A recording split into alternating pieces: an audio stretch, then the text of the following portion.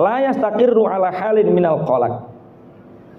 Dia tidak akan berhenti di situasi itu kacau. Dia akan melangkah melewati kekacauan itu. Jenenge wong urip mesti mengalami satu titik nadir terendah dalam kehidupannya.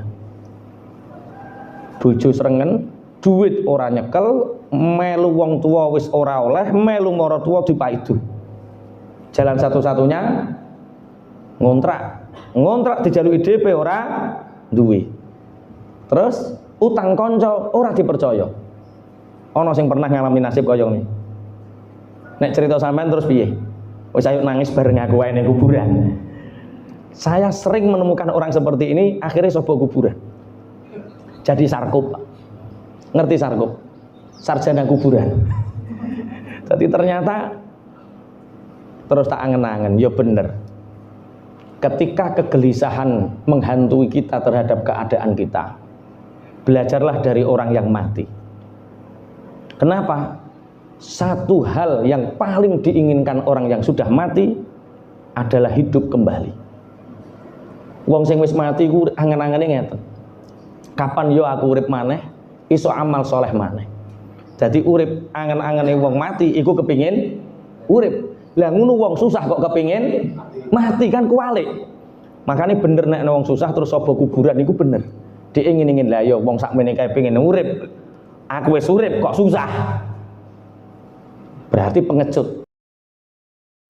Karena apa? Ternyata memang tak ada keberhasilan tanpa penderitaan. Sehingga sebagai penyeimbangnya adalah sabar. Tak ada senyum kalau tidak ada tangisan. Tidak ada bahagia kalau tanpa kesedihan. Dan penyeimbangnya adalah sabar. Jadi sabar ini menjadi korban untuk mengangkat seseorang dari sedih menjadi bahagia, dari menderita menjadi berhasil, dan lain sebagainya. Fasabrun jamil. Innar rajula al-aqila man yasbiru 'alal khudub. Seseorang yang berakal itu adalah seseorang yang bersabar terhadap semua jenis kesulitan. Ini bedanya dunia dan akhirat. Kalau jenengan nek teng akhirat benjing mboten enten kesulitan. Teng akhirat niku mboten enten bojo cerewet, mboten enten maratuwa judes, mboten enten sing tekane maidu. Teng akhirat niku kepenak tok. Lah karena sekarang kita hidup di dunia, makane urip ning donya iki karo Gusti Allah dibarengi karo kesulitan. Lah kesulitan ini bisa dilewati kalau kita punya satu karakter kuat namanya sabar. Makanya innar rajula al-aqila man yasbiru 'alal khudub. Yang dinamakan orang yang cerdas, orang yang hebat adalah orang yang bersabar terhadap semua jenis kesulitan. Ada yang kesulitan ekonomi, ada yang kesulitan napa? Sakliyane ekonomi cara wong susah napa sing disusahno? Perilaku seseorang. Ana wong sing disusahno krana sakit. Saya kemarin di Cirebon, ketika mau perjalanan ke Subang, kita mampir Cirebon, bertemu dengan seseorang. Ketika corona, perusahaannya habis. Dari hasil 100% untuk dapat 3%-nya saja nggak dapat. Sehingga asetnya terjual, rumah terjual, dan dia masih bisa tersenyum. Cek iso guyu, tak takoki, cek iso guyu lek. Kula bojo ijek eneng Ustaz. Masya omah ilang, pekerjaan ilang, anak kula tasik teng pondok, bojo kula tasik nderek kula. Lah rencang kula corona niki bojone ilang, penggawene ilang, omah kesetabang, anak jek dadi pang. Wah. Berarti jek iso guyung, anak ijek ning pondok, bojo jek melu muleh, masya omah disita. Nek jenengan kan mboten to. Bojo tasik aman? Tasik amin. Anak-anak tasik nurut? Tasik aman. Terus sing mbok susahi apa? Berarti tidak ada yang membuat kita bersedih kalau kita mampu bersabar. Kemudian wa yuqabiluha rabitul jas la yuqabiluha masduduha. Orang yang bersabar itu adalah orang yang bisa mengalahkan semua kesulitannya dengan tanpa gelisah dan tanpa kebingungan. Ciri khas orang sabar itu tenang. Ciri khas orang sabar itu ora sembrono. Ciri khas orang sabar itu dia tidak pernah gelisah dengan sesuatu yang terjadi terhadap dirinya dari kesulitan-kesulitan yang menimpa. Dia tetap tenang, dia tetap optimis melangkah ke depan. Itu orang yang sabar. Kemudian la yastaqirru ala halin minal qalaq.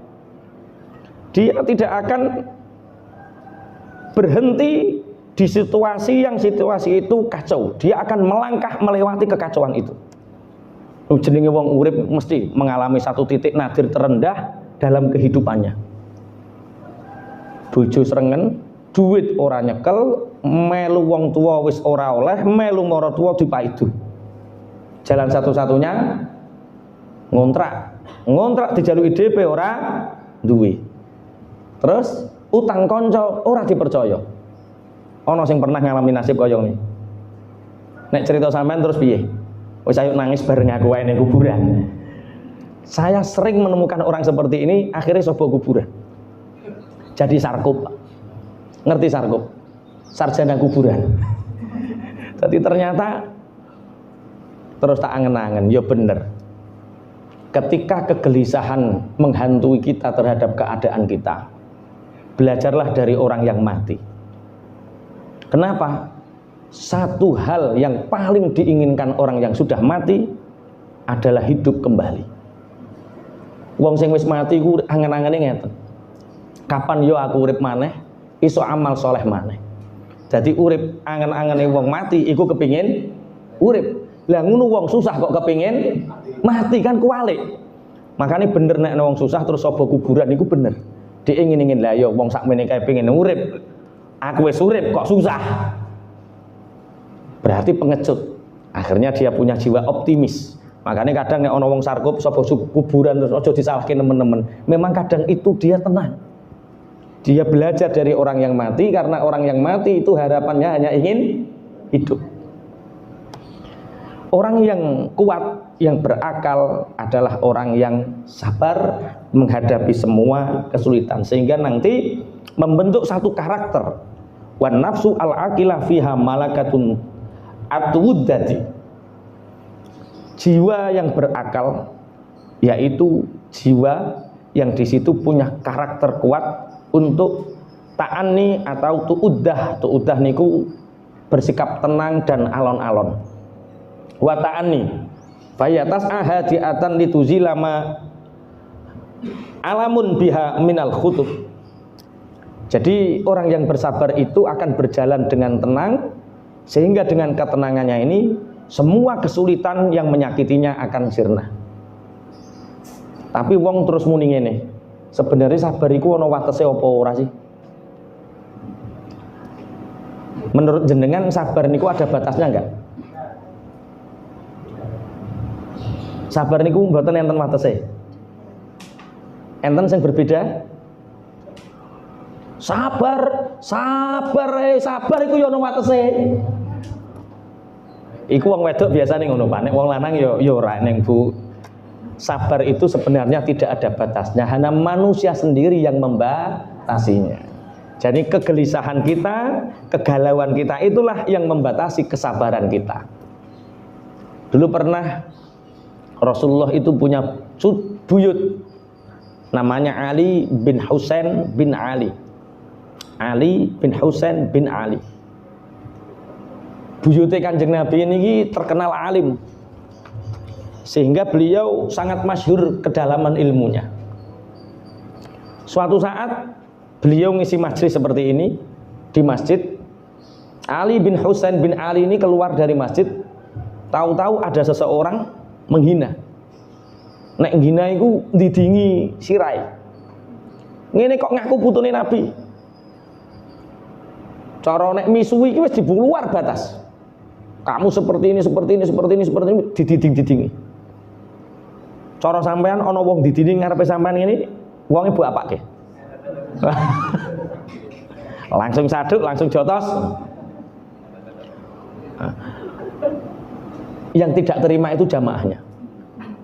Jamaahnya keluar, orang ini dikepung, dipenteng, ada yang sempat mukul sama Habib Ali bin Husain bin Ali, langsung ditadai, dirangkul. Jangan sakiti dia. Jangan sakiti dia. Enggak apa-apa, Pak. Orang semakin dekat dengan saya pasti akan banyak tahu kekurangan saya. Dan alhamdulillah Bapak telah menerangkan banyak kekurangan saya sehingga saya akan berbenah. Terima kasih Bapak. Pulang orang ini ditanya alamatnya mana. Di antara jamaahnya, aku punya uang 1000 dirham, tapi di rumah. Di antara sekalian ada nggak yang bawa uang 1000 dirham? 1000 dirham itu 1 dirham 2 gram. Berarti kalau 1000 dirham berarti 20.000 gram. Nek sak gram 1 juta. Berarti nek 20.000 gram itu berapa uangnya? Iya. Nek 20 gram ae 20 juta. Lah nek 20.000 gram berapa M? Wes ora bakat duwe-duwe sak mono kae deh. 20 M dibawa ke rumahnya orang yang memaki-maki ini, dibawa sebagai ungkapan terima kasih saya, Pak. Saya dari kemarin berbulan-bulan saya ingin tahu muhasabah. Ya Allah, tunjukkan kepadaku siapakah orang yang tahu keburukanku sehingga aku akan berbenah menjadi lebih baik. Karena pujian itu kadang melenakan, hinaan kadang memberi motivasi. Hinaan yang membuat sakit hati itu hinaannya orang yang dia ingin kelihatan baik, tapi dia baik. Makanya ketika dihina dia marah. Akhirnya duit 1000 dirham ini diparingi sebagai hadiah. Orang ini malu. Besoknya lagi Ali bin Husain bin Ali ini datang lagi, membawa oleh-oleh, membawa hadiah. Cara saiki yo buah-buahan wis kerjangan ngono kuwi. Sehingga orang ini sangat malu sekali. Makanya Ali bin Husain bin Ali masyhur dengan julukan Ali Zainal Abidin. Karena Zainal Abidin itu satu gelar orang-orang yang penghiasannya orang-orang yang ahli ibadah. Zaman saiki ijek eneng wong sabar kaya Ali Zainal Abidin gak kira-kira. Wah. Sulit. Sing nyekeli mik iki urung karuan iso nglakoni. Nek cara kula ya tak bales tapi ya sing babak ngono wae. Orang-orang, tapi dari sini kita mengetahui, menjadi pengetahuan bahwa memang sabar itu adalah puncak dari keberakalan seseorang. Jadi wong semakin sabar, itu asline semakin Bismillahirrahmanirrahim. Pernah suatu saat Ibnu Abbas, Abdullah bin Abbas ini sahabatnya Rasulullah, itu juga dihina orang. Sebagai hadiah bagi yang menghina, itu jubah terbaik, termahalnya Ibnu Abbas, jubah kebesarannya itu dilepas, dikasihkan orang yang menghinanya. Jadi zaman dulu itu orang kalau dihina itu sombong. Bahkan yang menghina dikasih hadiah.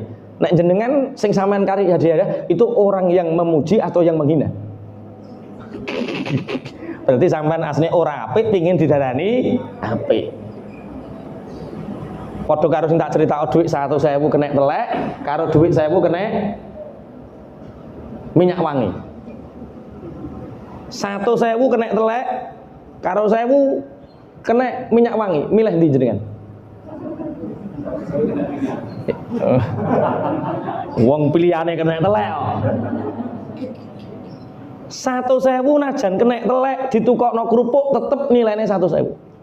100.000 didek-idek nilainya tetap 100.000. 1000 masuk dikai minyak wangi tetap nilainya 1000. Jadi komentar orang, cibiran orang tentang kita itu enggak mengurangi sedikit pun tentang nilai kita. Sampean masih wong apik, masih dielek-elek ya tetap apik. Mulane nek neng wong apik dielek-elek niku seneng, berarti alhamdulillah cek neng wong reh elekku berarti aku kudu belajar menjadi lebih baik. kok ana wong dielek-elek wong srengen iku tandane dhek asline gak pate apik pingin didarani apik.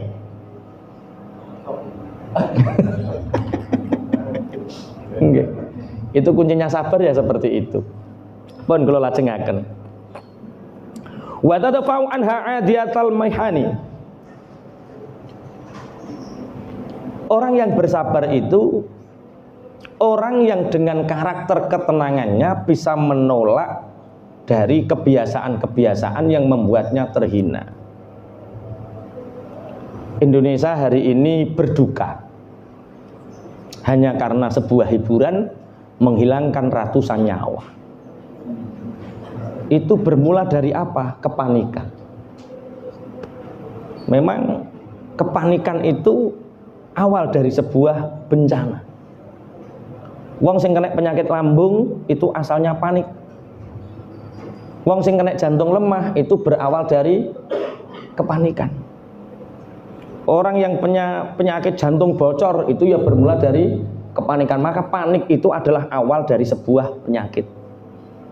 Makanya dalam keadaan apapun kita harus dalam tenang. Hakim tidak boleh memberi keputusan dalam keadaan tidak tenang. Ono hakim neng omah digeremengi bojo, diseneni bojo, tidak boleh mengambil keputusan. Soalnya kok bereset keputusannya Pak. Perkara urung-urung wis diseneni bojo. Kepala sekolah kalau punya masalah pribadi di rumah, jangan ambil keputusan apapun di sekolah. Mundak baper. Guru silat nek wayah geger karo anak karo bojo, aja ngulang, mundak mbok sadui muridmu. Kiai nek wayah pikirane gak tenang, aja ceramah. Aja khutbah. Tonggo kenek kabeh kok, Pak. Kae ngene kenek kabeh. Nuruti ego emosi lah. Orang yang bersabar itu bisa mengalahkan itu semua. Bismillahirrahmanirrahim. Aman nafsu al jahilah, adapun jiwa yang bodoh, diri yang bodoh, fahiya daimatul ittirab likulli khatbin. Jiwa atau diri yang bodoh itu diri yang selalu dalam keadaan poyang-payung gelisah di setiap ada kesulitan.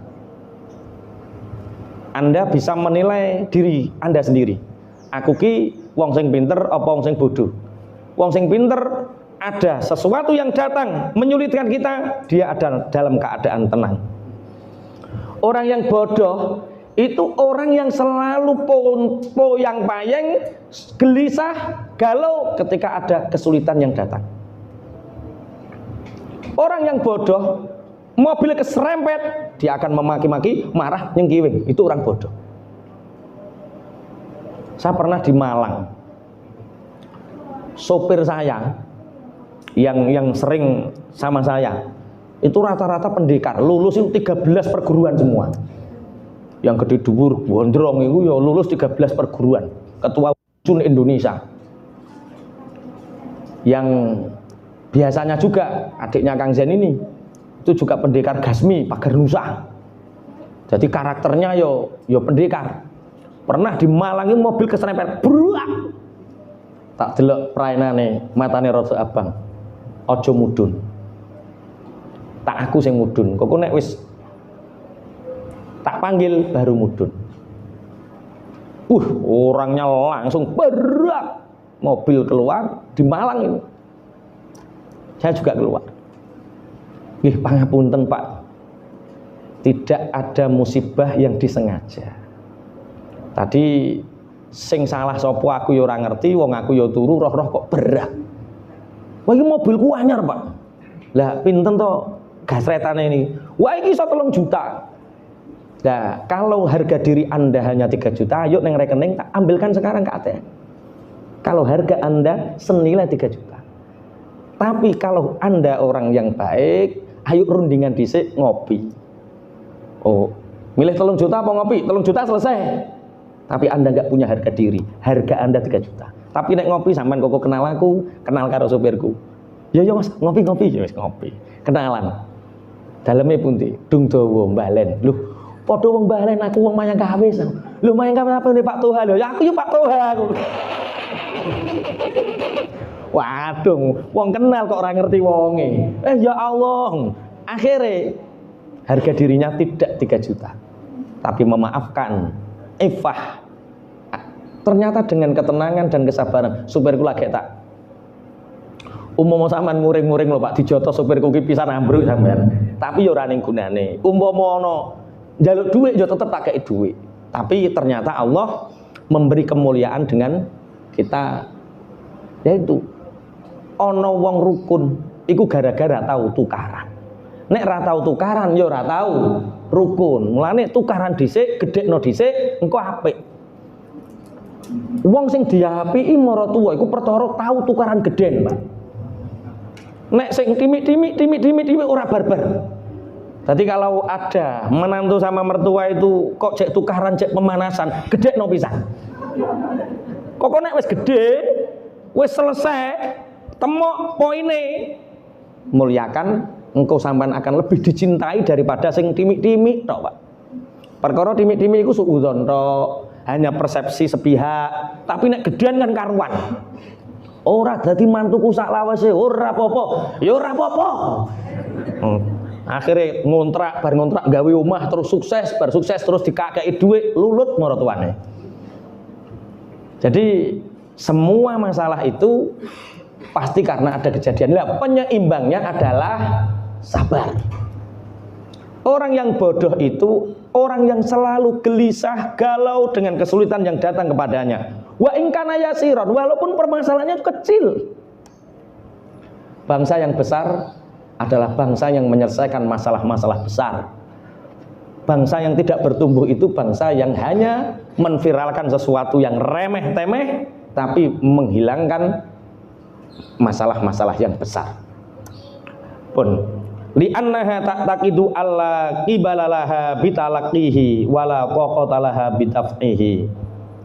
Kenapa orang yang bodoh itu orang yang selalu gelisah terhadap semua kesulitan yang datang, walaupun kesulitan itu kecil, karena mereka dia meyakini bahwa dia tidak akan bisa menyelesaikan masalah itu.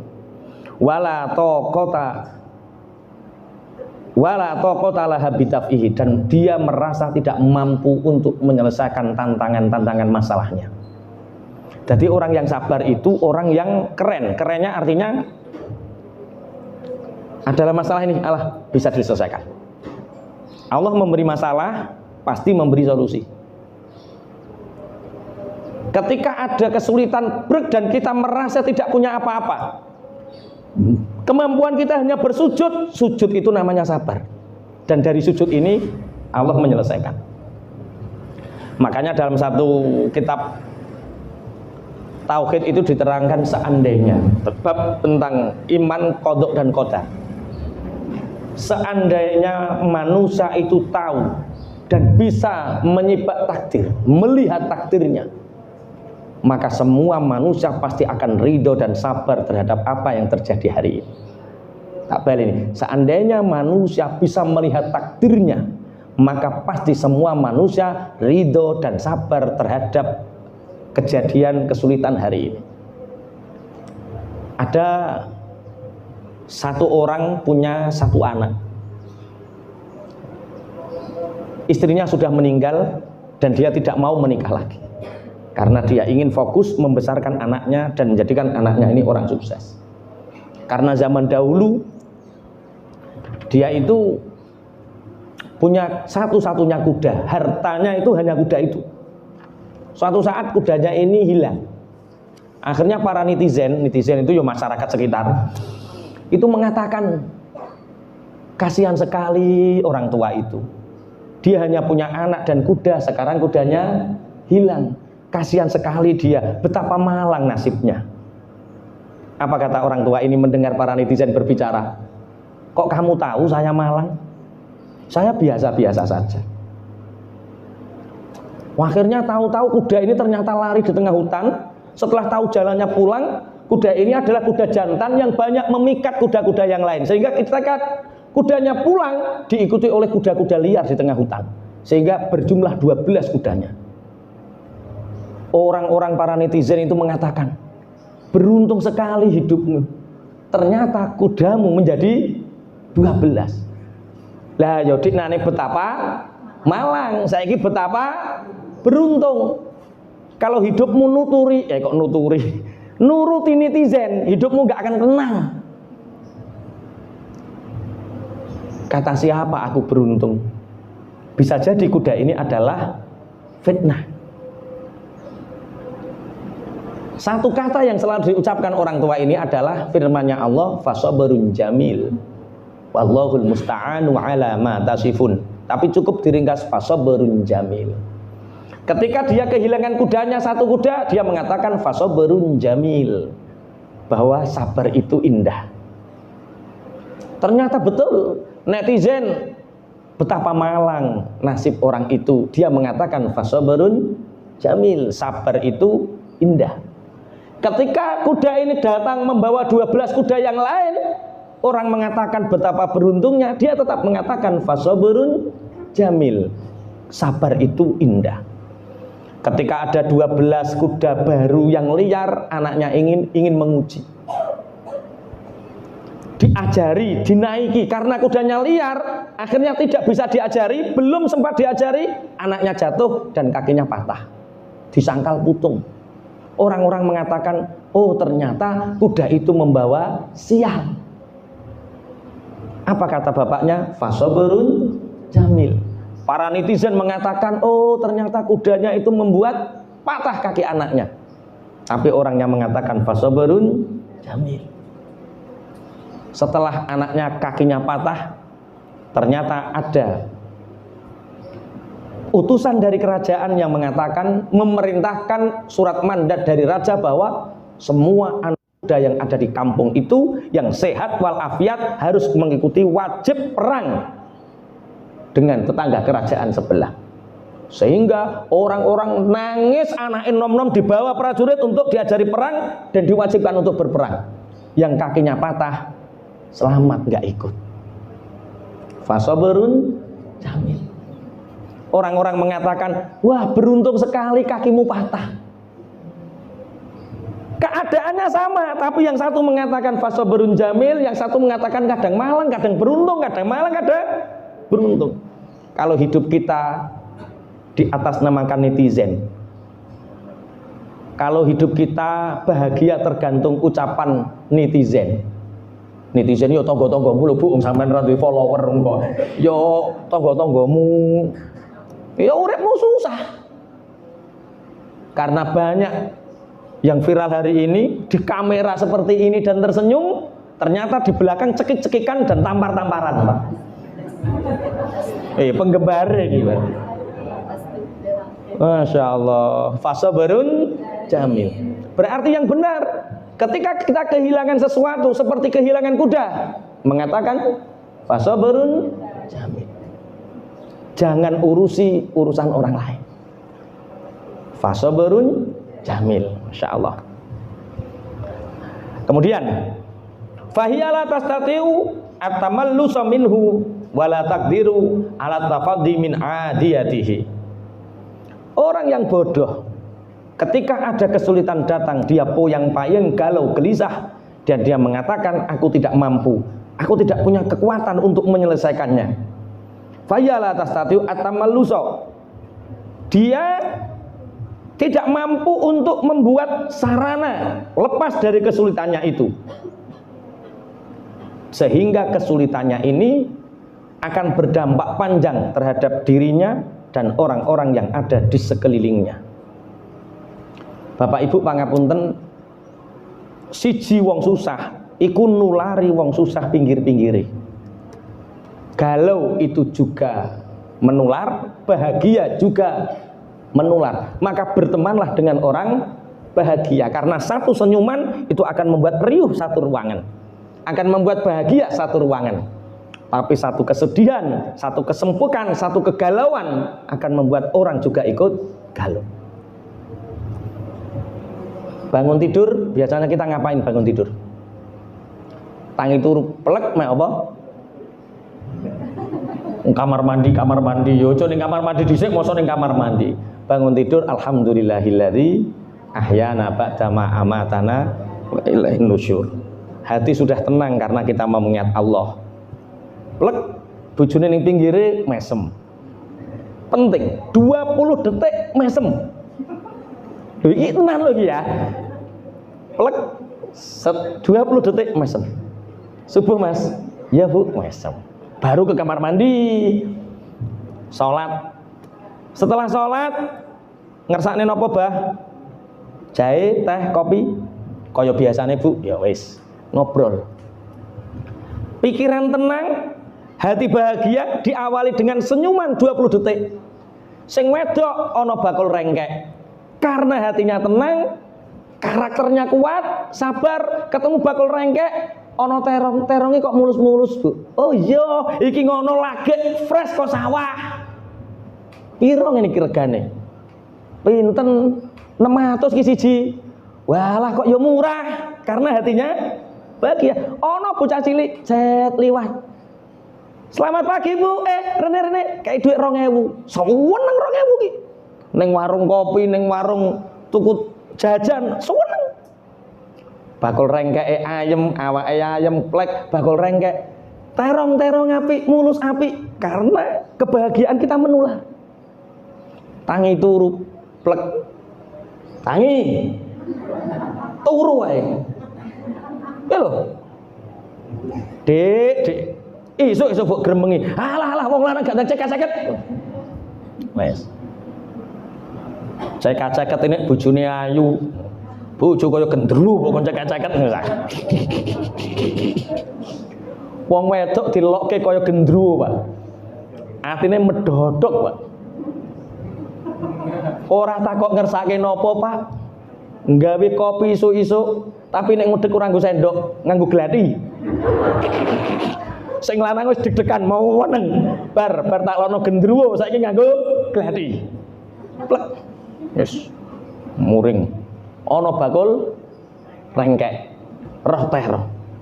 Terong welek piro? Elek-elek piye iki lagi bar ngundho. Alah elek ngene kok. Regane piro? 600. Larang men. Wis, bakul rengkeke melok sumpek. Ora mbok tukoni yo ora apa-apa. Ning tanggane melok takok, "Yo rengkeke piro?" "Aja yayu." Serengen, Pak. Jadi kebahagiaan itu akan menular, kesedihan juga akan menular. Maka satu, kalau tiba-tiba datang kesulitan kepada kita, satu, yakini kita mampu menyelesaikannya. Yakin dulu. Kedua, pasrah sama Allah. Dengan sujud, zikir kita, masalah ini akan selesai. Ketiga, baru kita perbanyak muasyarah, perbanyak berbuat baik kepada orang, karena siapa tahu kebaikan itu menjadi jalan keluar kita. Banyak orang ketika diberi sulit sama Allah, itu fokus sama kesulitannya. Dia tidak fokus sama yang membuat masalah. Paham maksudnya ya? Kenapa orang dikasih masalah sama Allah? Itu karena kendangaan. Ada satu kisah, rombongan kepala sekolah sama murid-muridnya mau rekreasi. Ini nyarter bis. Bisnya itu biasanya ya lewat jalan itu, jembatan itu, bisnya lewat. Setelah 3 bulan nggak pernah lewat, bisnya itu nggak pernah lewat situ. Sebenarnya jembatan ini semakin dekat dengan aspalnya, karena aspalnya ini dibangun 60 cm. Sehingga tidak sadar ketika rombongan ini melewati jembatan, pas mandek di tengah, Pak. Nggak bisa golek-golek.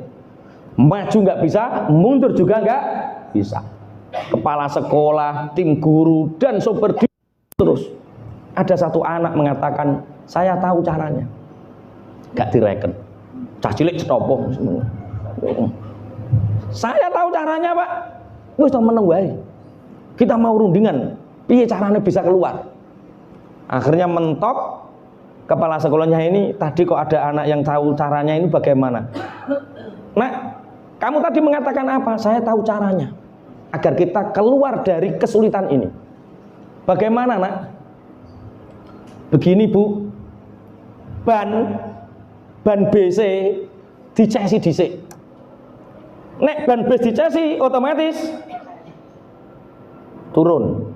Setelah turun didorong bareng. Baru setelah keluar dikumpul. Oh iya. Kadang sesuatu yang paling sederhana dan paling kecil untuk menyelesaikan masalah kita nggak tahu. Untuk masalah kita bisa selesai, satu, sujud kepada Allah, ndilukno awak, hilangkan ego. Masalah akan selesai. Suami istri yang bertengkar itu ketika bane gak dicesi, ya tetep mancep ning tengah jembatan, maju nggak bisa, mundur nggak bisa. Sing tukaran karo bojo bane cesi dhisik. Pengurus karo guru tukaran bane cesi dhisik. Engko nek wis padha ngecesine, ces, ketemu jalan keluarnya. Pejabat sama rakyat ada masalah, gap yang luar biasa, apa yang dilakukan? Bane dicesi dhisik. Bane dicesi itu kinayah yo, kinayah pangapunten. Engko ndang duwe masalah apa? Bane cesi dhisik. Kinayah itu egonya direndahkan, akalnya ditinggikan, amalnya dipanjangkan. Itu ngecesi ban itu maksudnya ngoten. Pun kula lajengaken. Di sini ada yang hobi film enggak? Enggak sempat nonton film. Sempat. Saya paling seneng film kolosal, saya seneng. Ada satu film yang menarik. Filmnya judulnya The Ron Cleck Story. Itu film inspirasi guru. Guru yang sangat jengkel dengan murid, sangat jengkel dengan keadaan, dan guru ini bisa merubah semuanya. Dari paling buruk menjadi paling berprestasi, dari guru yang sekolahnya dibenci menjadi sekolah yang sangat dicintai. Banyak inspirasi guru. Ternyata dari film itu saya belajar. Satu, butuh ketelatenan, kesabaran. Kalau bahasa Arabnya himmah, kalau bahasa kita visi. Bahasa Arabnya himmah, kalau bahasa kita itu visi. Keteladanan, kesabaran, ketelatenan, dan visi dikumpulkan dalam satu film itu. Filmnya judulnya apa? Cleck Story, sailingku pokoknya ning sing Cleck Story ngono. CLARK Story, film guru ngono kok muncul. Itu bagus walaupun film Amerika, tapi kalau kita bisa mengambil hikmahnya, ini akan menjadi luar biasa. Soalnya kelihatannya akhir-akhir ini guru itu mengalami satu masa di mana murid itu yo koyo ning film kuwi. Cuma di sana keterlaluan. Kalau di sini kan nggak keterlaluan. Mungkin jengkelane itu levelnya beda. Cuma kita bisa ambil pelajaran. Wa hadza huwa al-farqu bainan nafsaini. Ini adalah pembeda di antara dua diri, dua jiwa. Satu, orang yang sabar itu adalah orang yang cerdas. Dua, orang yang gelisah, orang yang galau, orang yang sembrono itu orang yang bodoh. Fakun ayuhan nasi dzan nafsin aqilatin sabirah wa dzalika bi ta'widiha iktisabal fadail wa nabdzar radzail. Maka jadilah wahai teman-teman yang sedang bangkit untuk mempunyai akal yang sabar dengan membiasakan melakukan hal-hal yang mulia. Ketika kita mengalami satu kesulitan, katakan fasabrun jamil, isbiru wasabiru. Bersabarlah dan wasiatkan sabar untuk orang lain. Sama, ada satu kejadian. Saya itu dulu di desa Mayangkawis pernah terjadi paceklik. Saya ingat betul orang nandur pari itu 3 musim. Jenenge gadu. Mbah nek ning kene jenenge apa ya? Sing pari ping 3, sing nomor 3 jenenge apa? Wah, gak neng wong tani ning kene, cah. Pertama awalan, kedua walian. Iya kok gak neng sing ngerti ya? Awalan, walian, terus gadu. Nah, itu pas wayah Ramadan, air digilir dari klepek. Gilirannya Mayangkawis Jumat, Pak. Wah, Ramadan miline jam 12:30 sampai 12:30. Wah, sehingga ada orang yang piye ki Jumatan to ora, nek Jumatan ora keduman banyu. Eneng sing halah ninggalno Jumatan ping pisan tok wae. Sehingga masjid saat itu hampir separuh. Yang separuh sholat Jumat, yang separuh golek banyu. Karena alasan mereka iki nek gak dilekno ora panen. Sing Jumatan wis aku pasrah kok nek uman jam 2:30 wong Jumatan paling yo sampai 1:30 kok tak tinggal kok yo jek iso ngoyok-ngoyok sithik nek Gusti Allah gawe panen yo panen nek ora yo ora. Akhire Jumatan ana sing ora. Ternyata tahun itu semua enggak panen. Siapa yang perlu disalahkan? Ya enggak ada yang perlu disalahkan. Karena saya teringat satu kisah, ada seseorang yang satu waktu itu masalahnya harus selesai. Dia punya masalah tentang air, dia punya masalah tentang gandum yang harus digiling, dia punya masalah, dia masih punya tanggungan terhadap orang lain yang harus dibayarkan dalam satu waktu. Sama harinya hari Jumat, jamnya pas waktu Jumatan. Ternyata ketika orang itu bersabar meniatkan untuk ibadah, ternyata orang yang penggilingan ini datang, Pak, kalau ingin gilingkan sekarang karena nanti akan terjadi seperti ini. Oke, ternyata masalah itu sebelum Jumatan semua sudah clear masalahnya.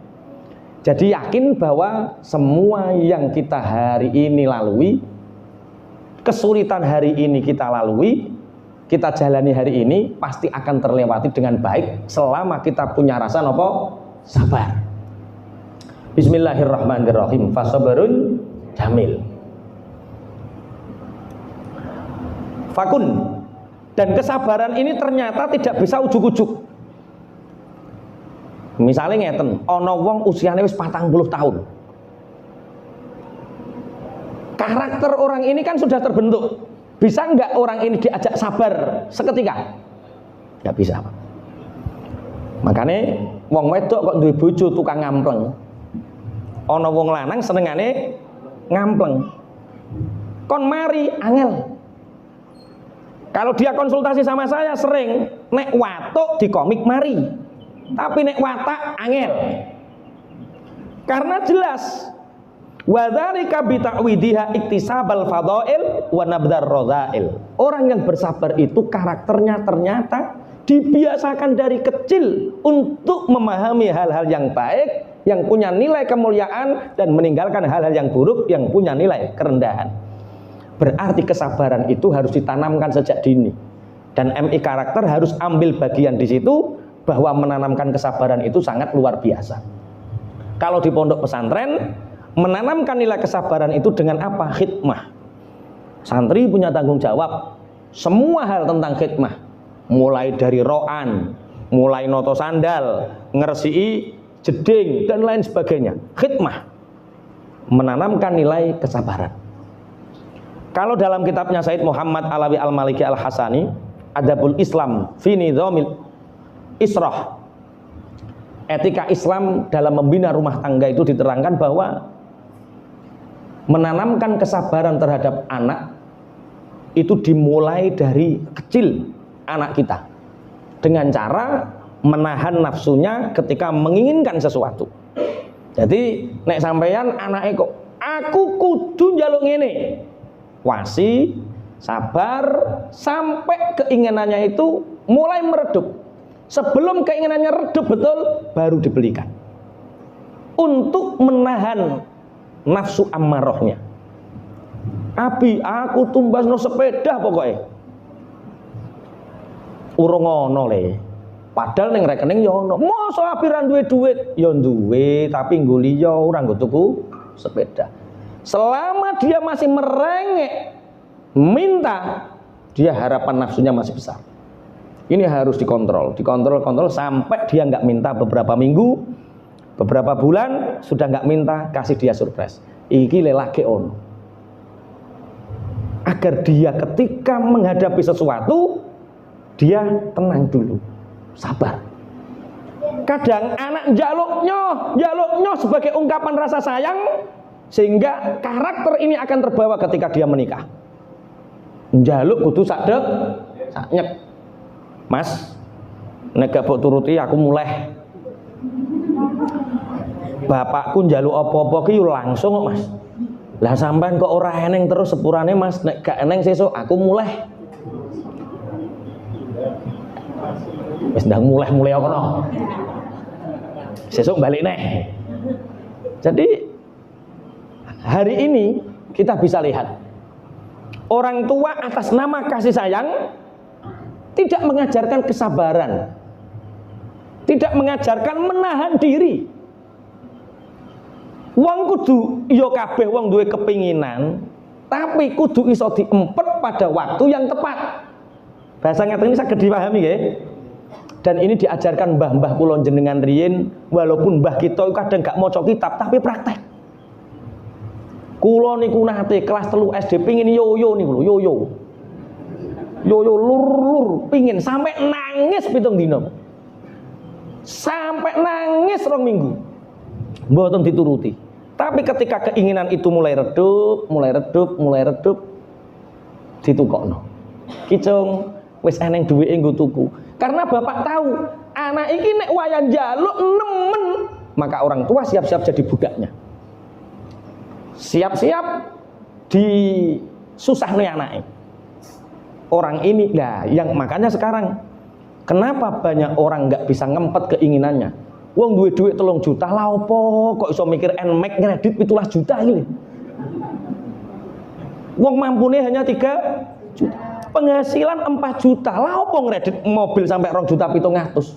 Itu karena dia hasrat nek bo pingin wis ora kena timpet. Orang yang kaya itu orang yang sabar untuk tidak ingin kelihatan kaya dulu. Orang yang pinter itu orang yang sabar untuk tidak terlalu menonjolkan dirinya dulu. Orang yang menonjolkan dirinya dulu dia akan sangat kelihatan bodohnya. Wong perkumpulan jenengan tepang kula, kiai terkenal lho kula. Wong bento wong model ngene, Pak. Mesti kan yo dilukmu weneng, nggak ada orang kenal pun nggak apa-apa, kita mendapatkan ilmu banyak. Lho kula sering, Pak. Nate kula teng Kedung Adem. Macak kula nggih ngeten iki diundang kengken ngisi pengajian. Nggih kula rawuh. Kula awal waktu datang. Sama panitia, yang kenal itu hanya panitia satu itu. Saya duduk di depan. Ketika itu musim pemilihan caleg. Wah, rombongan caleg itu 4 mobil. Rombongan lurah, rombongan kecamatan, rombongan caleg, salah satu partai besar di Bojonegoro, datang rombongan. Lah kula kan yo bocah cilik, dikek ning ngarep. Ono sing ajudane caleg. Mas, sepurane iki kanggo wong gede-gede Mas sampean ning mburi yo. Kula yo mengguri biasa. Panitia golek ning ndi aku wis duwe wis.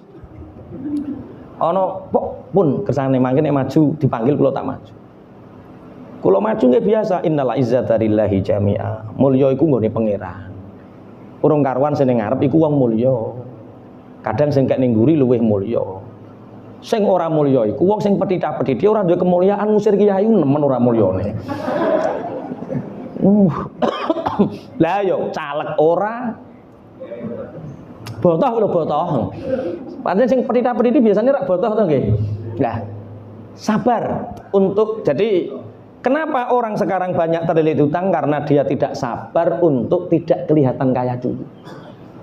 Ulama kita selalu mengajarkan dalam ilmu tasawuf kalau ingin bangun rumah, lihat dulu sebelahnya rumah itu bangun belum. Kalau belum ada yang bangun, tahan. Karena likulli dzi ni'matin hasid. Setiap orang yang diberi nikmat ada orang yang iri. Tahan. Sampai ada tetangga kanan kiri yang bangun, kita baru bangun. Kalau lingkunganmu belum punya mobil, tahan untuk punya mobil. Kalau tidak kebutuhan yang kredit, kalau sudah kredit beli, tapi usahakan jangan yang mewah. Sabar.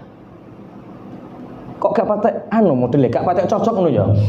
Modelnya terus wah kudu aku dhisik, sing ketok keren aku, sing ketok omahe apik aku, sing ketok mobile.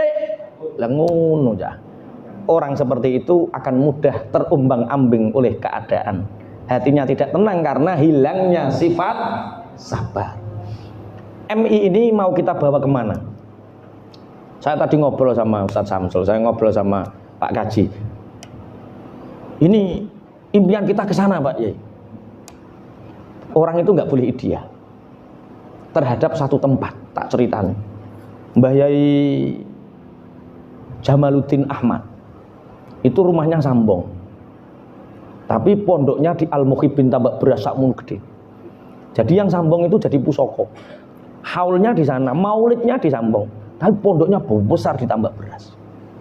Karena lah yo neng kene sak M, oleh tanah sak uplik. Tuh kok no tanah neng Dander, to neng Soko, to neng Campurrejo, ora Sahara darat, Pak. Dan bisa menjadi MI yang keren. Lah sini digunakan apa? Sini nanti digunakan sing premium. Sing bocah-bocah sing keren, sing hebat manggoke ning kene, dan orang akan berebut manggok ning kene. Lah sing biasa-biasa ning kono. Jadi neng kene sampean dodol susu anlen, neng kono susu bendera. Sing sewunan lho sasetan. Paham maksudnya, paham ya? Anlen itu harganya 75.000. Enggak butuh banyak orang untuk beli, tapi duitnya akeh. Tapi ngopeni sasetan kan? Walah. Untuk 75.000 butuh pembeli 75 orang. Lama. Makanya kalau ingin mengembangkan, kami punya harapan besar MIU kene nek iso dadi pusaka sampean. Godak ning kene tanah iku ya Allah kaya inten. Peluruan regane kaya inten ning kene. Allah ya Allah. Lah nggih. Nggih. Padahal nanti kota kan tidak di sini saja toh. Melebar ke sana, melebar ke sana. Makanya kita harus jadi start pemula, mengawali.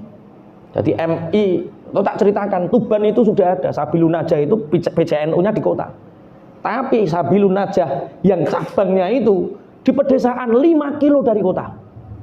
Corok ini yang pelosok, sing golek tanah 80.000. Sak meter 80.000, 1.000, beli di sana 1 M sudah berapa hektar? 10 hektar. Nah itu untuk pengembangan luar biasa.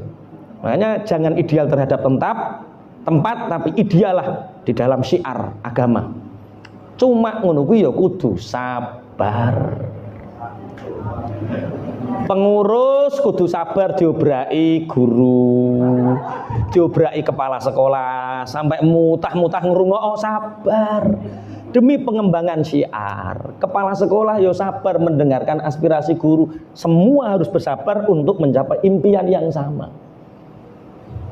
Tak tunggu 3 tahun Pak Kaji ya. Dirungokno wis siap lo ya. Tak tunggu 3 tahun. Kitab ini nanti khatam, sudah ada kabar Pak Yai, alhamdulillah kita sudah punya 3 hektar. 3 hektar di sana dan kita bismillah.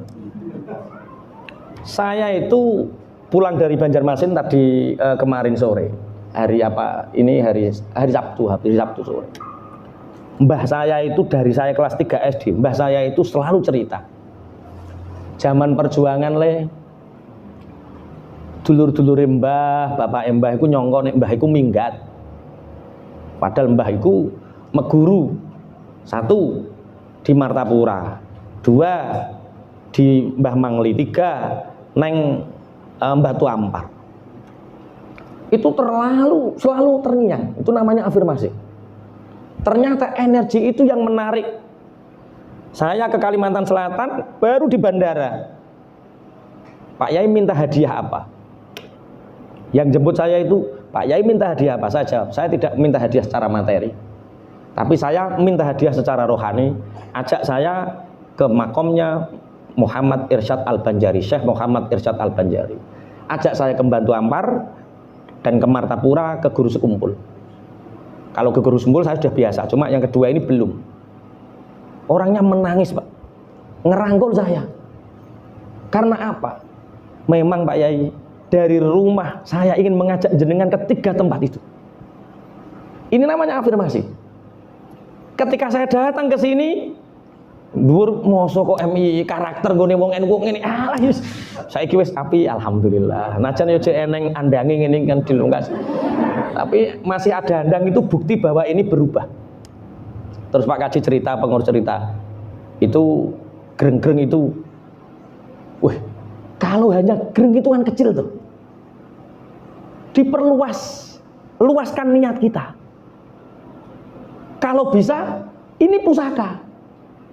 Ini nanti pusaka akan menjadi kenangan kita, menjadi hujah kita di akhirat bertemu dengan Allah. Ya ini, biyen aku malah urip-urip MI iki. Lah nggo pamer-pameran sing kono. Mbah sing ning Dander, mbah sing ning Tapelan, mbah sing ning Soko, mbah sing ning Campurrejo. Nanti sekolah yang paling keren itu MI karakter. Orang akan berdatangan. Sekolah yang paling keren MI karakter. Itu akan menjadi kenang-kenangan kita di akhirat, yaitu tinggalan apik. Tapi ya kudu sabar. Sabar itu artinya dilanjutkan dulu sampai ngerti sabar itu. Ternyata sabar itu dilatih dari kecil sehingga dia tidak melakukan sesuatu hal yang tercela. Kemudian wa tahalli bil kamalati al insaniyati wa tajammuli bi khuli rajuliyati. Sabar itu adalah menghiasi diri dengan sifat-sifat sempurna kemanusiaan dan siap menerima beban sebagai seorang yang jantan. Jadi ngeten, orang yang besar itu adalah orang yang punya jiwa besar. Orang yang punya jiwa besar itu lahir dari orang yang siap menerima beban besar. Tak boleh nih, orang besar itu orang yang punya jiwa besar. Orang yang berjiwa besar lahir dari orang yang siap menerima beban besar. Pengurus nek mikire mau 5 kali 5, ya enteng toh. Kok pengen besar piye wong harapannya mau enteng, cilik. Bebannya harus diperbesar. Berapa hektar, Pak? Yang di Tapelan, yang di Soko itu loh berapa hektar? Saat terakhir pengurus kudu dikelumpono nek wayang ngaji ngene iki. Ben iso nodong lho maksudku. Nggih. 3 hektar atau 5 hektar? Bismillah ya. Kita harus iri. Min ghairina saja, yang di luaran sana dari kita. Itu belum punya murid, belum punya yayasan, sudah beli tanah dengan bangganya dan PD-nya. Lah kita Bojonegoro ini berapa puluh persen NU? Lebih dari 85% NU. Iki milike wong NU. Masa kok ora patek PD? Tuku tanah 3 hektar masa kok gak patek PD? Pak Kaji wis guyang-guyu kan ape bantu to pisan. Yo aku siap ketok iki. Ayo. Ini namanya afirmasi.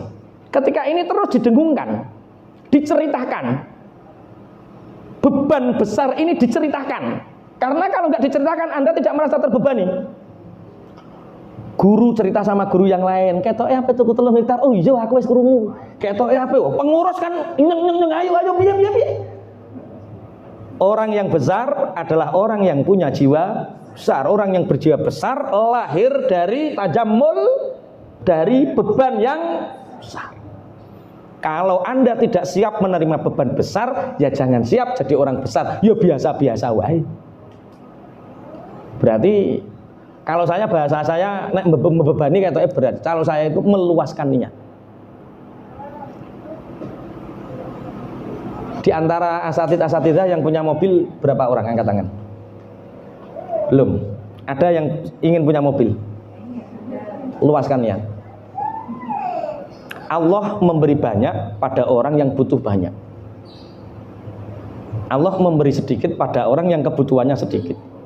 Kebutuhan banyak itu tidak akan lebih banyak melebihi kebutuhan masyarakat.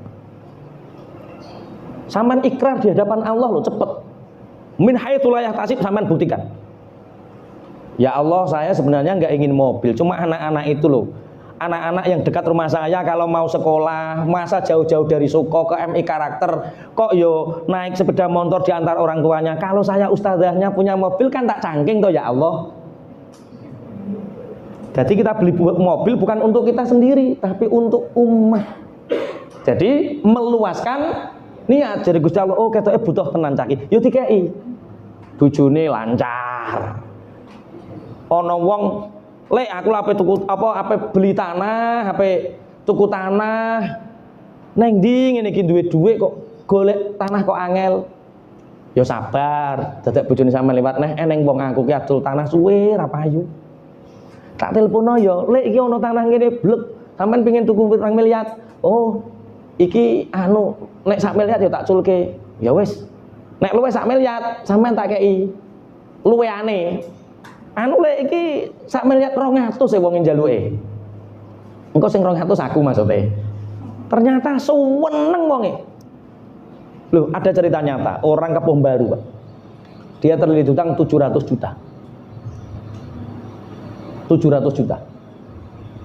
700 juta itu dia dari muda sudah sukses, bisa beli tanah yang subur di Kampung Baru itu 3 tempat. Mau dijual ibunya nggak ridho, 3 tempat ibunya nggak ridho. Yang diridho itu hanya tanah yang dia sudah menawarkan 3 tahun yang lalu, ditawar 100 juta pun nggak akan laku. Sehingga ini tidak ada dalam pikiran. Setelah konsultasi, tak gini kan bahannya dicasi-disi mas. Perbanyak sholat, kemudian ikrarkan sama Allah, ya Allah saya birrul walidain, saya nggak akan jual tanah yang ibu saya tidak ridho. Tapi mestinya ya kudu ganti sing sekirane uang 700 juta itu tercapai dan hutang saya lunas. Ternyata Allah ngasih itu, ada orang ingin beli tanah itu yang andan-andan paham ya? Karena orang ini cita-citanya anak muda ini, nanti saya tua, usia saya 63 tahun, saya sudah pensiun, mau buat joglo di sini, tempatnya andan-andan, koyo digawe villa. Orangnya berani 800 juta. Padahal mau sekitar konuku 1 juta mau berani 800 juta. Ya seperti itu, luaskan niat. Tapi sampean gak patek pede kok modelnya duwe kondi aja. Luaskan niat. Orang yang besar adalah orang yang berjiwa besar. Orang yang berjiwa besar lahir dari beban-beban yang besar.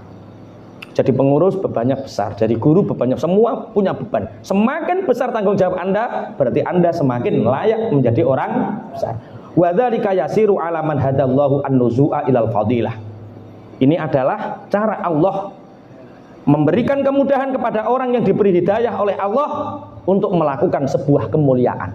Jadi begini, Allah menguji kita, itu sebenarnya Allah ingin membebani kita. Sehingga dengan terbebani ini, kita akan selalu bersandar kepada Allah.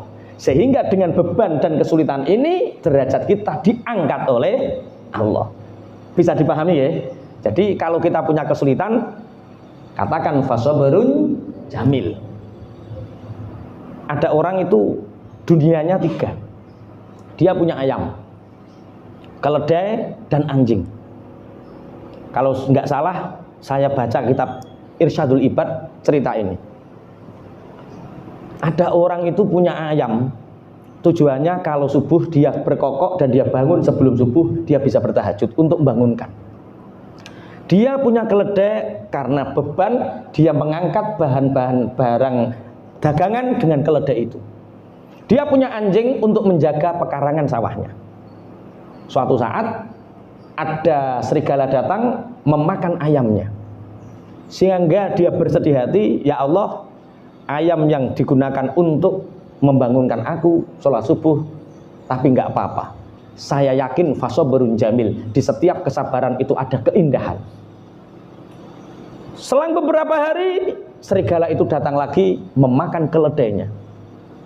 Sehingga satu-satunya alat untuk mengangkat barang ini pun mati. Setelah itu anjingnya pun dimakan keledai. Tapi setiap kesulitan ini dia selalu mengatakan fasabrun jamil. Di setiap kesabaran itu pasti akan ada keindahan.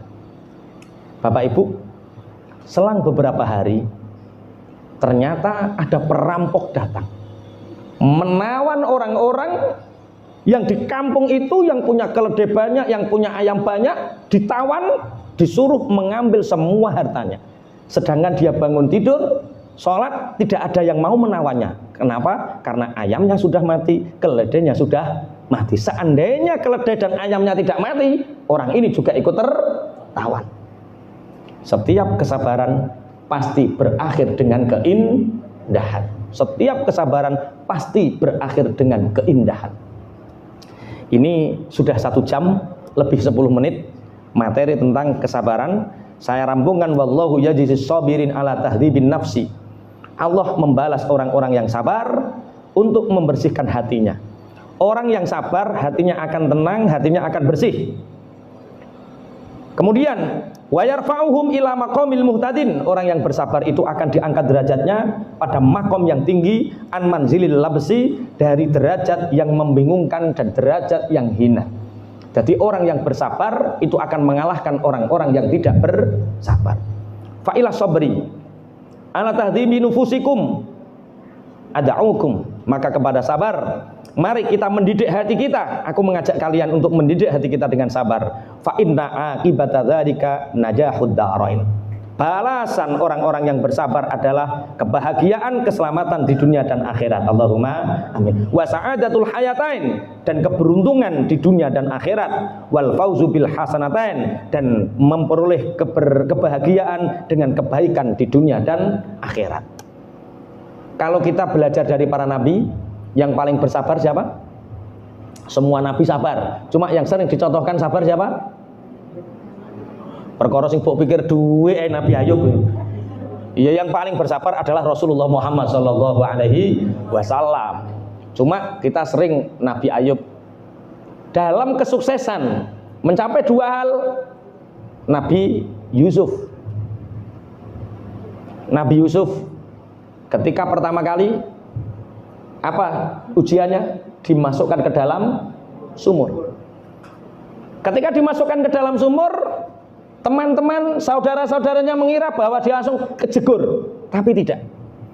Dengan kepasrahan Nabi Yusuf, dengan tawakalnya Nabi Yusuf ketika dilempar ke dalam sumur, Nabi Yusuf ora muni jeblung, karena sebelum jatuh sudah diangkat oleh malaikat Jibril. Nabi Yusuf diberi pakaian, yang pakaian itu sangat indah oleh malaikat Jibril. Pakaian ini adalah pakaian wasiat dari pakaiannya Nabi Ibrahim ketika Nabi Ibrahim dibakar. Jadi Nabi Yusuf dikai pakaian karo malaikat Jibril, sehingga Nabi Yusuf juga enggak basah karena dia tidak berada di dalam air. Diangkat, waktunya sebentar. Diangkat oleh musafir, dibawa ke Mesir, dijual sebagai budak. Setelah dijual sebagai budak, diberi anugerah, diangkat sebagai anak angkat. Tapi diuji yang besar sama Allah, dicintai sama ibu angkatnya, namanya Zulaikha. Dan Nabi Yusuf berdoa, Rabbi inni ahabbu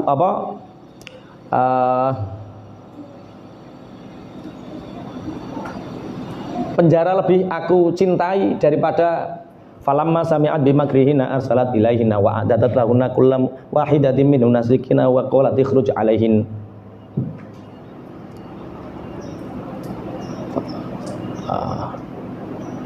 Ada yang hafal Quran?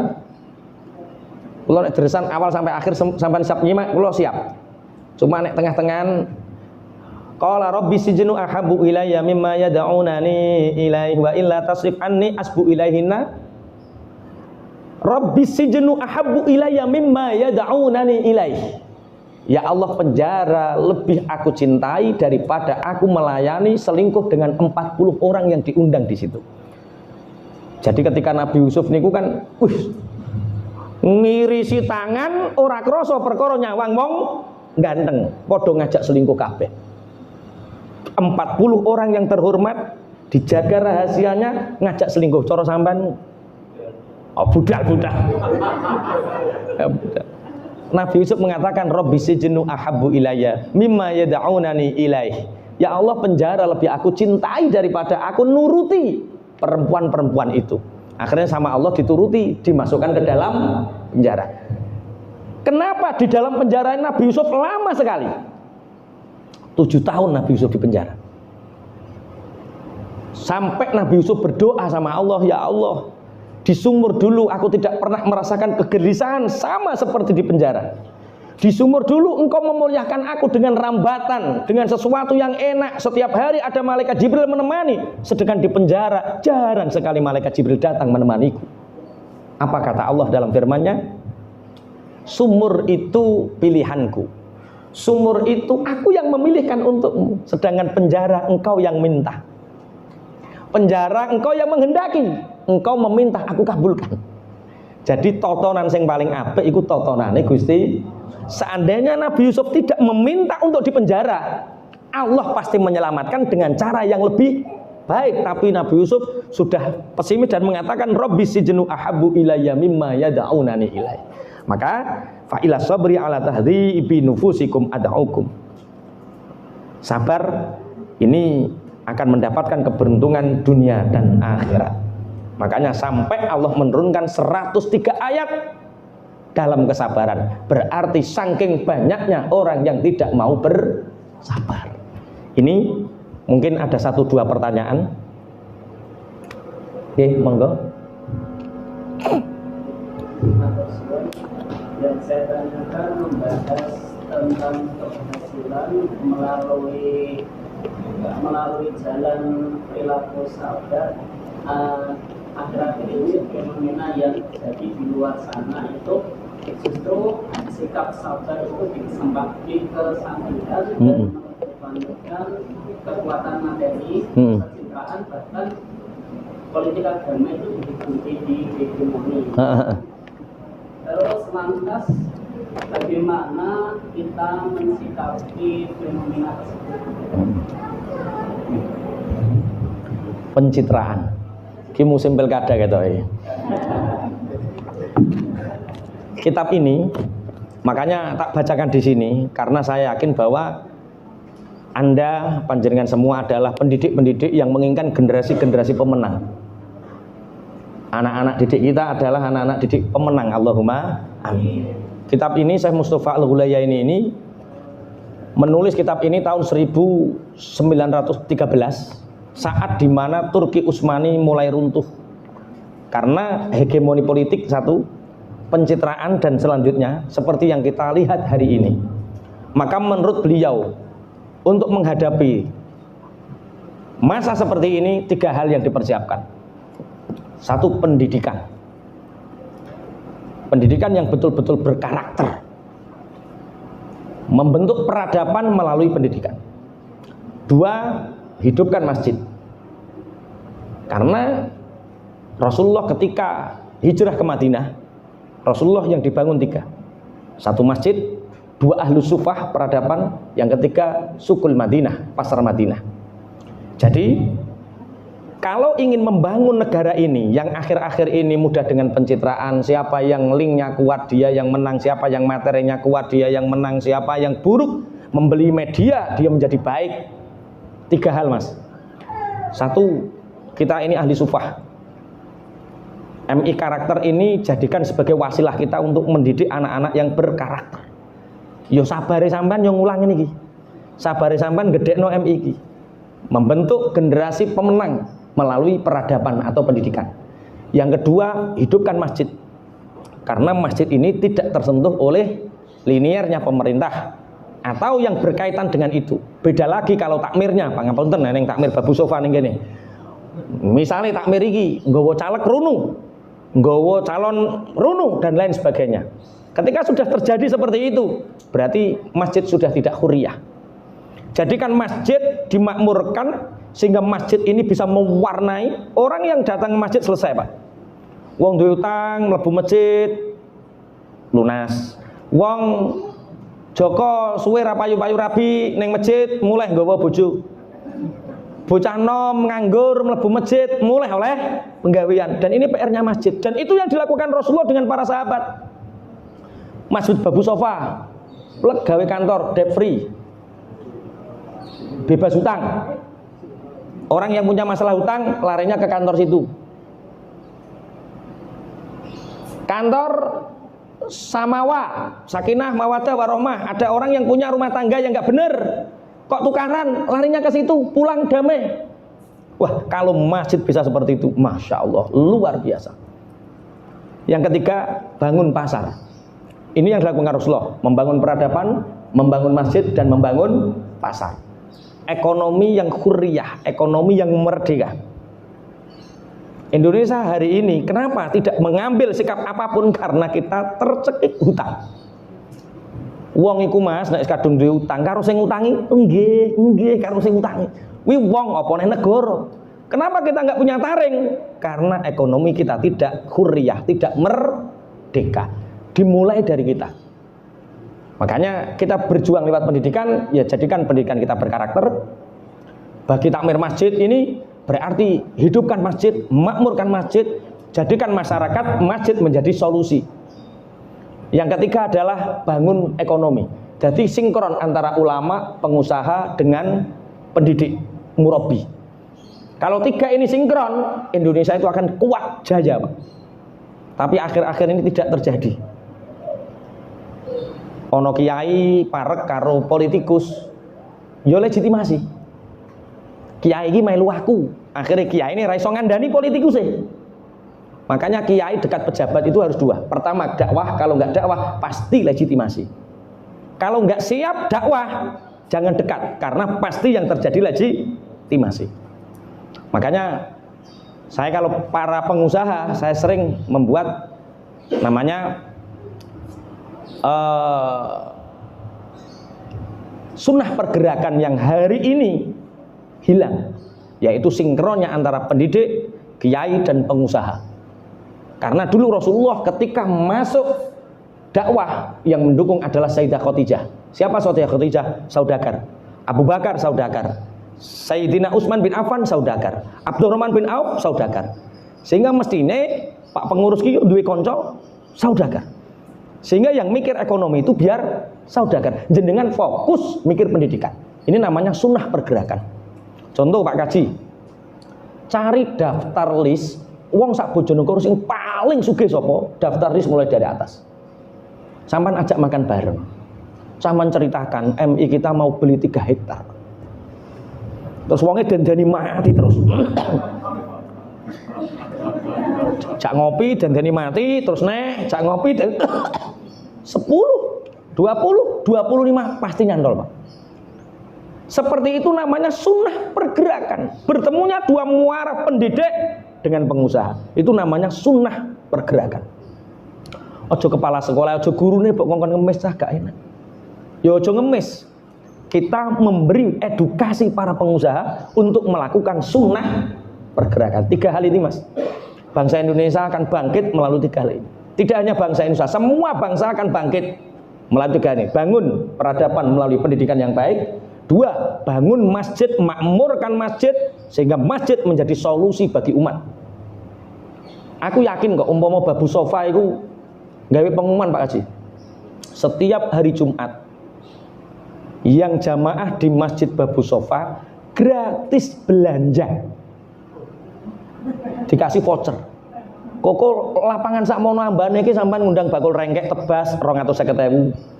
Ini bakul telur 250.000, modal 1,5 juta ngerame nih masjid wisan, Pak. Orang akan berdatang, terutama ibu-ibu kan seneng oleh belanja gratisan. Apa yang di Babu Sofa lene ngopo? Telur gratis, jagung gratis. Dananya dari mana? Yo jangan jariah. Aku yakin kok. Yo sementara nek seminggu pisan kaboten yo saulan pisan. Khusus jemaah Pahing. Yang jamaah di sini yang perempuan voucher gratis belanja. Batesi 12.000 dhisik, 12.000 kok sing didol kangkung, telo kan akeh to pisan. Dawet sak piturute. Jadi 3 hal, bangun masjid, bangun peradaban, 3 bangun pasar. Orang Islam harus kaya. Kenapa Indonesia kalah hari ini? Karena orang Islamnya masih miskin, pendidikannya masih belum berkarakter. Yang ketiga, pengusahanya tidak punya nalar bantu dua, tidak punya nalar bantu pendidikan dan tidak punya nalar bantu masjid. Pengusaha sekarang banyak sedekah, betul, tapi sedekah tatawuk. Makan gratis, apa gratis, itu sedekah tatawuk. Tapi sedekah yang membangun bangsa ini ya dua itu. Mana? Pendidikan dan masjid. Satu lagi, masih ada waktu 5 menit. Nih. Terima kasih untuk kesempatannya Pak Yai. Tadi di awal disampaikan kalau kepala sekolah, kalau misalkan kalau tidak boleh mengambil keputusan, kata dia Pak Yai ketika ada ini juga tidak boleh ceramah. Kalau misalkan guru Waktu marah Bu maksudnya.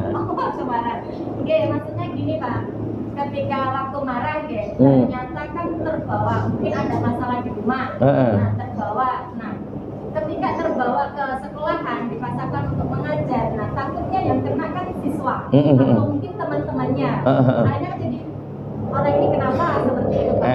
Nah misalkan dia mengambil sikap kok izin dahulu tidak mengajar, seperti itu apakah diperbolehkan atau tidak?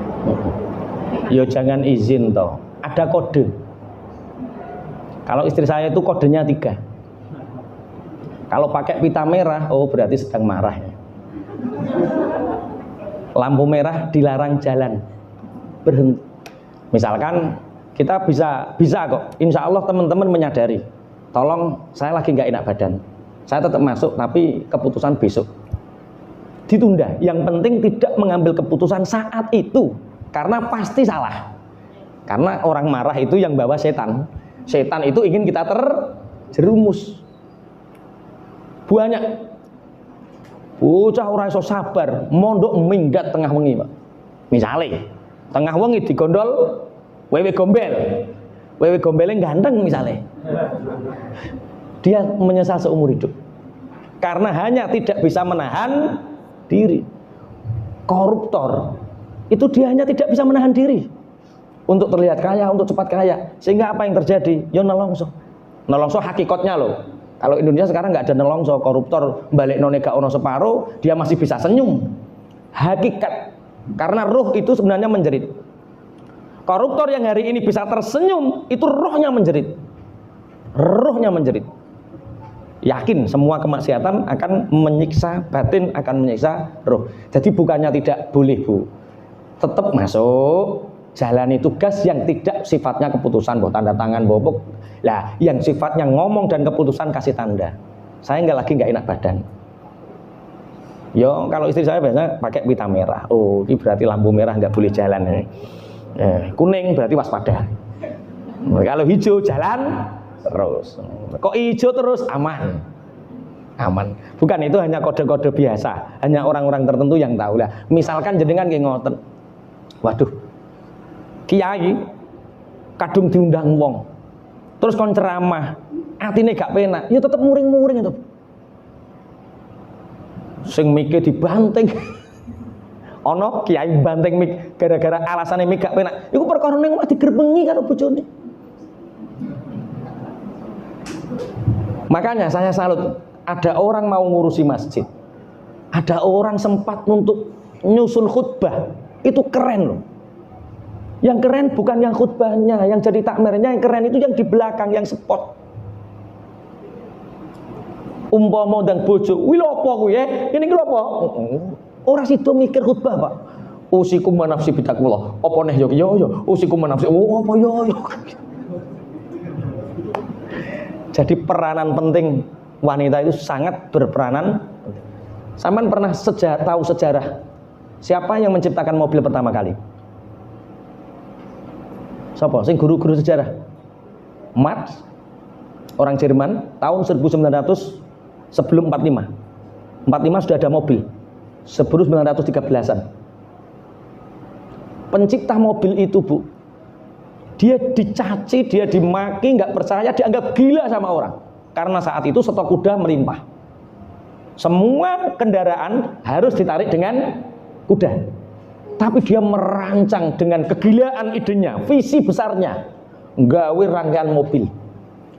Ketika dipresentasikan, lawang kuda masih melimpah, buat apa mesin?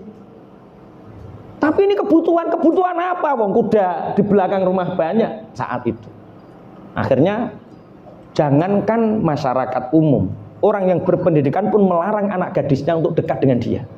Jangan, nanti kamu ketularan gila. Ketika diberi kesempatan, mobilnya macet. Ringkasnya cerita, dia menikah dengan seorang wanita yang hebat, selalu memberi motivasi, sehingga endingnya hartanya habis, semua habis hanya untuk penelitian mobil ini, Max ini. Akhirnya ketika suaminya sudah putus asa, tahu-tahu mobilnya ini hilang. Ternyata dibawa istrinya.